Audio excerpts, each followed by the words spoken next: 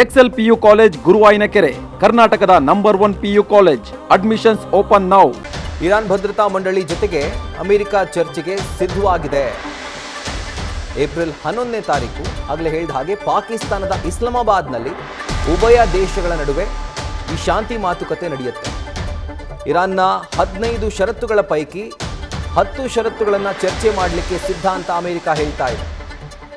Iran ಕದನ ವಿರಾಮಕ್ಕೆ 15 ಷರತ್ತುಗಳನ್ನು ವಿಧಿಸಿತ್ತು. ಅದರಲ್ಲಿ 10 ಷರತ್ತುಗಳನ್ನು ಚರ್ಚೆ ಮಾಡಲಿಕ್ಕೆ ನಾವು ತಯಾರಿದ್ದೇವೆ ಅಂತ ಹೇಳಿ ಅಮೆರಿಕ ಮತ್ತೊಂದು ಕಡೆಯಿಂದ ಉತ್ತರವನ್ನು ಕೊಟ್ಟಿದೆ. ಸೊ 11ನೇ ತಾರೀಕು ಪಾಕಿಸ್ತಾನದ ಇಸ್ಲಾಮಾಬಾದ್ನಲ್ಲಿ 2 ದೇಶಗಳ ಮಧ್ಯೆ ಶಾಂತಿ ಮಾತುಕತೆ ನಡೆಯುತ್ತೆ. ಈಗ ಸಿಗ್ತಿರುವಂಥ ಇದು ಅಪ್ಡೇಟ್. ಇದು ಇರಾನ್ 15 ಕಂಡೀಷನ್ಗಳನ್ನು ಹಾಕಿತ್ತು. ಯುದ್ಧ ಕೊನೆಯಾಗಬೇಕು ಅಂತಂದರೆ ನಂದು 15 ಕಂಡೀಷನ್ ಇದೆ, 15 ಕಂಡೀಷನ್ಗೆ ಅಮೆರಿಕ ಒಪ್ಕೊಳ್ಬೇಕು ಅಂತ.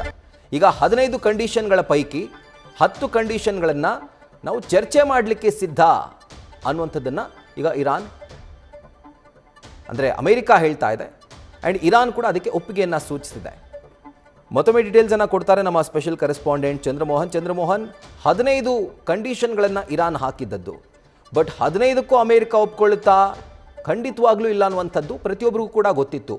10ಕ್ಕೆ ಅಟ್ಲೀಸ್ಟ್ ಒಪ್ಕೊಳ್ಳುತ್ತಾ? ಅದು ಕೂಡ ಕಷ್ಟ ಸಾಧ್ಯ ಆಯಿತು. ಬಟ್ ಈಗ 10ಕ್ಕೂ ಒಪ್ಕೊಂಡಿದ್ದೀವಿ, ಚರ್ಚೆ ಮಾಡಲಿಕ್ಕೆ ಸಿದ್ಧ ಅನ್ನುವಂಥ ಮಾತನ್ನು ಅಮೆರಿಕ ಹೇಳ್ತಾ ಇದೆ. ಸೊ ಯುದ್ಧದಲ್ಲಿ ಎಲ್ಲೋ ಒಂದು ಕಡೆ ಇರಾನ್ ಮೇಲುಗೈ ಸಾಧಿಸಿದಂತೆ ಆಗ್ತಾ ಇದೆ ಅಲ್ವಾ?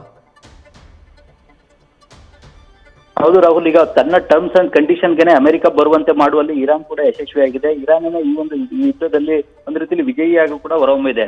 ಮುಖ್ಯವಾಗಿ ಅಮೆರಿಕ ಹೇಳಿದಂತೆ ಇರಾನ್ ಏನು ಕೇಳ್ತಾ ಇಲ್ಲ. ತನ್ನ ಬೇಡಿಕೆಗಳು ಏನಿತ್ತು ಅವುಗಳನ್ನ ಅಮೆರಿಕದ ಮುಂದೆ ಇಟ್ಟು ಈಡೇರಿಸಿಕೊಳ್ಳುವಲ್ಲೂ ಕೂಡ ಇರಾನ್ ಯಶಸ್ವಿ ಆಗ್ತಾ ಇದೆ. ಈಗ ಮತ್ತೆ 15 ಬೇಡಿಕೆಗಳನ್ನ ಇರಾನ್ ಅಮೆರಿಕದ ಮುಂದೆ ಇಟ್ಟಿದೆ. ಈ ಬೇಡಿಕೆಗಳ ಬಗ್ಗೆನೇ ಈಗ ಚರ್ಚೆಯಾಗಿ ಅವುಗಳಿಗೆ ಒಪ್ಪಿಗೆಯನ್ನು ಕೊಡಬೇಕು ಅಂತೇಳಿ ಕೂಡ ಇರಾನ್ ಪಟ್ಟಣ ಹಿಡಿದಿದೆ. ಈ ಒಂದು 10 ಬೇಡಿಕೆಗಳ ಬಗ್ಗೆನೂ ಕೂಡ ಚರ್ಚೆ ನಡೆಸಲಿಕ್ಕೆ ಈಗ ಅಮೆರಿಕ ಕೂಡ ಒಪ್ಪಿಕೊಂಡಿದೆ. ಈ 10 ಬೇಡಿಕೆಗಳಲ್ಲಿ ಪ್ರಮುಖವಾಗಿರ್ತಕ್ಕಂಥ ಅಂಶಗಳು ಏನು ಅಂತಂದ್ರೆ, ವರ್ಮಜ್ ಜಲಸಂಧಿಯ ಮೇಲೆ ಸಂಪೂರ್ಣವಾದಂತಹ ಅಧಿಕಾರ ಇರಾನ್ಗೆ ಇರುತ್ತೆ. ಜೊತೆಗೆ ಇರಾನ್ನ ಮೇಲೆ ವಿಧಿಸಿರ್ತಕ್ಕಂತಹ ಪ್ರಾಥಮಿಕ ನಿರ್ಬಂಧಗಳನ್ನು ತೆಗೆದಾಕ್ಬೇಕು ಮತ್ತು ಸೆಕೆಂಡರಿ ಸ್ಯಾಂಕ್ಷನ್ ಗಳನ್ನು ಕೂಡ ತೆಗೆದಾಕ್ಬೇಕು. ಜೊತೆಗೆ ಈ ಒಂದು ಯುದ್ಧದಿಂದ ಆಗಿರ್ತಕ್ಕಂಥ ನಷ್ಟವನ್ನ ಅಮೆರಿಕ ತುಂಬಿಕೊಡ್ಬೇಕು. ಯುರೇನಿಯಂ ಅನ್ನ ಎನ್ರಿಚ್ಮೆಂಟ್ ಮಾಡ್ಲಿಕ್ಕೆ ಕೂಡ ಅವಕಾಶ ಇರಬೇಕು. ಈ ರೀತಿಯಾದಂತಹ ಬೇಡಿಕೆಗಳನ್ನ ಈಗ ಇರಾನ್ ಅಮೆರಿಕದ ಮುಂದೆ ಇಟ್ಟಿದೆ. ಈ ಒಂದು ಬೇಡಿಕೆಗಳಿಗೆ ಅಮೆರಿಕ ಕೂಡ ಒಪ್ಕೊಂಡ್ರೆ ಅದು ಇರಾನ್ಗೆ ಸಿಕ್ಕಂತ ವಿಜಯ ಆಗುತ್ತೆ.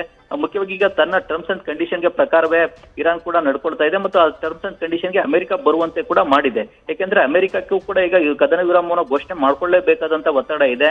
ಯುದ್ಧವನ್ನ ಅಮೆರಿಕ ಘೋಷಣೆ ಮಾಡ್ಬಿಡ್ತು, ಆದ್ರೆ ಯುದ್ಧವನ್ನ ಹೇಗೆ ನಿಲ್ಸೋದು, ಅದರಿಂದ ಹೊರಬರುವಂತದ್ದು ಹೇಗೆ ಅನ್ನೋದೇ ಗೊತ್ತಾಗ್ದೇನೆ ಒಂದು ಟ್ರಂಪ್ ಕೂಡ ಪರದಾಡುವಂತ ಸ್ಥಿತಿನಲ್ಲಿದ್ರು. ಯುದ್ಧದ ಒಂದು ಎಕ್ಸಿಟ್ ಪ್ಲಾನ್ ಏನೇ ಅಮೆರಿಕಕ್ಕೆ ಇರಲಿಲ್ಲ. ಯುದ್ಧದಿಂದ ಯಾವ ರೀತಿಯಾಗಿ ಹೊರಬರಬೇಕು ಅನ್ನೋ ಒಂದು ಪ್ಲಾನ್ ಇರಲಿಲ್ಲ. ಈಗ ನಮ್ಮ ಮಹಾಭಾರತದ ಚಕ್ರವ್ಯೂಹದಲ್ಲೂ ಕೂಡ ಅಭಿಮನ್ಯು ಚಕ್ರವ್ಯೂಹನ ಪ್ರವೇಶ ಮಾಡಿದ್ರು, ಆದ್ರೆ ಅವ್ರಿಗೆ ಹೊರಗಡೆ ಬರುವಂತದ್ದು ಹೇಗೆ ಅನ್ನೋದು ಗೊತ್ತಾಗ್ದೇನೆ ಅಲ್ಲೇ ಸಾವನ್ನಪ್ಪಬೇಕಾದಂತ ಪರಿಸ್ಥಿತಿ ನಿರ್ಮಾಣ ಆಯ್ತು. ಈಗ ಅಮೆರಿಕದ ಸ್ಥಿತಿ ಕೂಡ ಹಾಗೆ ಆಗಿತ್ತು ಅಂತೇಳಿ ಈಗ ವಿಶ್ಲೇಷಣೆಯನ್ನು ಕೂಡ ಮಾಡಲಾಗ್ತಾ ಇದೆ. ಯುದ್ಧವನ್ನು ಪ್ರವೇಶ ಮಾಡಿದ್ರು, ಯುದ್ಧದಿಂದ ಹೊರಗಡೆ ಬರತಕ್ಕಂತ ಪ್ಲಾನ್ ಇಲ್ದೇನೆ ಅಮೆರಿಕ ಪರದಾಡುವಂತ ಪರಿಸ್ಥಿತಿ ನಿರ್ಮಾಣ ಆಗಿತ್ತು. ಈಗ ಅಂತಿಮವಾಗಿ ಈ ಒಂದು ತಾತ್ಕಾಲಿಕ ಕದನ ವಿರಾಮವನ್ನ ಅಮೆರಿಕ ಘೋಷಣೆನ ಮಾಡ್ಕೊಂಡಿದೆ. ಹೀಗಾಗಿ ಈ ಒಂದು ಇರಾನ್ನ ಬೇಡಿಕೆಗಳ ಬಗ್ಗೆನೇ ಈಗ ಪಾಕಿಸ್ತಾನದ ಇಸ್ಲಾಮಾಬಾದ್ ನಲ್ಲಿ ಏಪ್ರಿಲ್ 10ನೇ ತಾರೀಕು ಚರ್ಚೆಯನ್ನ ನಡೆಸಿ ಅಂತಿಮವಾದಂತ ತೀರ್ಮಾನವನ್ನ ತೆಗೆದುಕೊಳ್ಬೇಕಾಗುತ್ತೆ. ಈಗ 10 ಪಾಯಿಂಟ್ ಬೇಡಿಕೆಗಳ ಪೈಕಿ ಎಷ್ಟು ಪಾಯಿಂಟ್ಗಳಿಗೆ ಈಗ ಅಮೆರಿಕ ಒಪ್ಕೊಳ್ಳುತ್ತೆ ಅನ್ನೋದು ಕೂಡ ಕುತೂಹಲಕ್ಕೆ ಕಾರಣ ಆಗಿರ್ತಕ್ಕಂಥ ವಿಚಾರ. ಆ ಒಂದು ಬೇಡಿಕೆಗಳಿಗೆ ಒಪ್ಕೊಂಡ್ರೆ ಅದು ಇರಾನ್ಗೆ ಸಿಕ್ಕಂತ ವಿಜಯನೇ ಆಗುತ್ತೆ. ಇರಾನ್ ಅಂತ ಪುಟ್ಟ ರಾಷ್ಟ್ರ ಬಲಿಷ್ಠ ಅಮೆರಿಕದಂತ ಸೇನೆಯನ್ನು ಕೂಡ ತನ್ನ ಎದುರುಗಡೆ ಮಂಡಿಯೂರುವಂತೆ ಮಾಡುವಲ್ಲಿ ಯಶಸ್ವಿ ಆಯಿತು ಅನ್ನತಕ್ಕಂಥದ್ದು ಕೂಡ ಈಗ ಜಗತ್ತಿನಲ್ಲಿ ಚರ್ಚೆ ಆಗ್ತಕ್ಕಂತ ವಿಚಾರವೇ ಆಗುತ್ತೆ. ಯಾಕೆಂತಂದ್ರೆ ಅಮೆರಿಕ ಬೇರೆ ಬೇರೆ ದೇಶಗಳನ್ನ ಕೆಲವೊಮ್ಮೆ ಸೋಲಿಸಿದೆ, ಕೆಲವೊಮ್ಮೆ ಸೋಲಿಸ್ಲಿಕ್ಕೂ ಆಗಿಲ್ಲ. ಪುಟ್ಟ ರಾಷ್ಟ್ರ ಕ್ಯೂಬಾವನ್ನ ಸೋಲಿಸ್ಲಿಕ್ಕಾಗಿಲ್ಲ, ವಿಯೆಟ್ನಾಂ ಅನ್ನ ಸೋಲಿಸ್ಲಿಕ್ಕಾಗಿಲ್ಲ. ಜೊತೆಗೆ ಈ ಹಿಂದೆ ಕರ್ಗ್ ದ್ವೀಪದ ಮೇಲೆ ಜಿಮ್ಮಿ ಕಾರ್ಟರ್ ಅಧ್ಯಕ್ಷ ಆಗಿದ್ದಂತ ಸಂದರ್ಭದಲ್ಲೂ ಕೂಡ ದಾಳಿ ಮಾಡುವಂತ ಪ್ಲಾನ್ ಅನ್ನ ಮಾಡಿದ್ರು, ಆದ್ರೆ ಆಗ್ಲೂ ಕೂಡ ದಾಳಿಯನ್ನ ಮಾಡ್ಲಿಕ್ಕೆ ಆಗಿರ್ಲಿಲ್ಲ. ಆಗ್ಲೂ ಕೂಡ ಇರಾನ್ ಎದುರುಗಡೆ ಒಂದು ಪರದಾಡುವಂತ ಪರಿಸ್ಥಿತಿನಲ್ಲಿ ಜಿಮ್ಮಿ ಕಾರ್ಟರ್ ಕೂಡ ಇದ್ರು. ಈಗ ಅದೇ ರೀತಿಯಾದಂತಹ ಪರಿಸ್ಥಿತಿನಲ್ಲಿ ಡೊನಾಲ್ಡ್ ಟ್ರಂಪ್ ಅವರು ಕೂಡ ಇದ್ದಾರೆ. ಹೀಗಾಗಿ ಈಗ ಇರಾನ್ ವಿರುದ್ಧ ಯುದ್ಧವನ್ನ ನಡೆಸಿದ್ರು ಕೂಡ ಅಂತಿಮವಾಗಿ ಯುದ್ಧದಲ್ಲಿ ಗೆದ್ದಂತವ್ರು ಯಾರು, ಸೋತಂತವ್ರು ಯಾರು ಅಂತ ನೋಡೋದಾದ್ರೆ ಇರಾನೇ ಬಹುತೇಕ ಮೇಲ್ಗೈಯನ್ನ ಸಾಧಿಸಿದೆ. ಇರಾನ್ಗೆ ಸಾಕಷ್ಟು ಆಸ್ತಿ ನಷ್ಟ ಆಗಿದೆ. ಜೊತೆಗೆ ಅವರ ತೈಲ ಬಾವಿಗಳಿಗೆ ಬೆಂಕಿಯನ್ನ ಹಚ್ಚಲಾಗಿದೆ ಮತ್ತು ಕರ್ಗ್ ದ್ವೀಪದ ಮೇಲೆ ಕೂಡ ದಾಳಿಯನ್ನು ನಡೆಸಲಾಗಿದೆ. ಜನ ಸಾವನ್ನಪ್ಪಿದ್ದಾರೆ, ಮಕ್ಕಳು ಸಾವನ್ನಪ್ಪಿದ್ದಾರೆ, ಸೈನಿಕರು ಸಾವನ್ನಪ್ಪಿದ್ದಾರೆ ಮತ್ತು top most leader, supreme leader ಆಗಿದ್ದಂತಹ ಅಯತೋಲಾ ಅಲಿ ಖಮೇನಿ ಕೂಡ ಸಾವನ್ನಪ್ಪಿದ್ದಾರೆ. ಆದ್ರೂ ಕೂಡ ಇರಾನ್ ಒಂದು ವಿರೋಚಿತವಾದಂತಹ ಹೋರಾಟವನ್ನ ಈ ಯುದ್ಧದಲ್ಲಿ ನಡೆಸಿರ್ತಕ್ಕಂಥದ್ದು ಪ್ರಮುಖವಾಗಿ ಗಮನ ಸೆಳೆಯುವಂತ ವಿಚಾರ. ಈಗ ತನ್ನ ಟರ್ಮ್ಸ್ ಅಂಡ್ ಕಂಡೀಷನ್ ಪ್ರಕಾರವೇ ಪಾಕಿಸ್ತಾನಕ್ಕೆ ಬಂದು ಅಮೆರಿಕ ಮಾತುಕತೆಯನ್ನು ನಡೆಸಬೇಕಾದಂತಹ ಪರಿಸ್ಥಿತಿನಲ್ಲಿ ಅಮೆರಿಕ ಕೂಡ ಇದೆ. ಹೀಗಾಗಿ ಈಗ ಮಾತುಕತೆಗೂ ಕೂಡ ಯಾರು ಬರಬೇಕು ಅನ್ನೋದನ್ನು ಕೂಡ ಇರಾನೇ ಡಿಸೈಡ್ ಮಾಡ್ತಾ ಇದೆ.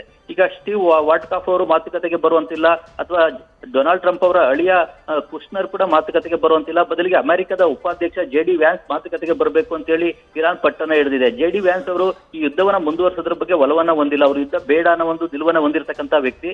ಆ ಕಾರಣಕ್ಕಾಗಿ JD ವ್ಯಾನ್ಸ್ ಮಾತುಕತೆಗೆ ಬಂದ್ರೆ ಇರಾನ್ನ ಬೇಡಿಕೆಗಳಿಗೆ ಅವರು ಒಪ್ಕೊಳ್ತಾರೆ ಅನ್ನತಕ್ಕಂತಹ ನಂಬಿಕೆ ಇರಾನ್ಗಿದೆ. ಈ ಕಾರಣಕ್ಕಾಗಿ ಅಮೆರಿಕದ ವೈಸ್ ಪ್ರೆಸಿಡೆಂಟ್ JD ವ್ಯಾನ್ಸ್ ಮಾತುಕತೆಗೆ ಬರಬೇಕು ಅನ್ನೋ ಒಂದು ಬೇಡಿಕೆಯನ್ನು ಕೂಡ ಇರಾನ್ ಮೊದಲಿಂದಲೂ ಕೂಡ ಇಡ್ತಾ ಬಂದಿದೆ. ಹಾಗಾಗಿ JD ವ್ಯಾನ್ಸ್ ಅವರೀಗ ಅಮೆರಿಕಕ್ಕೆ ಬಂದು ಇರಾನ್ನ ಪ್ರತಿನಿಧಿಗಳೊಂದಿಗೆ ಮಾತುಕತೆಯನ್ನು ನಡೆಸಬೇಕಾಗುತ್ತೆ.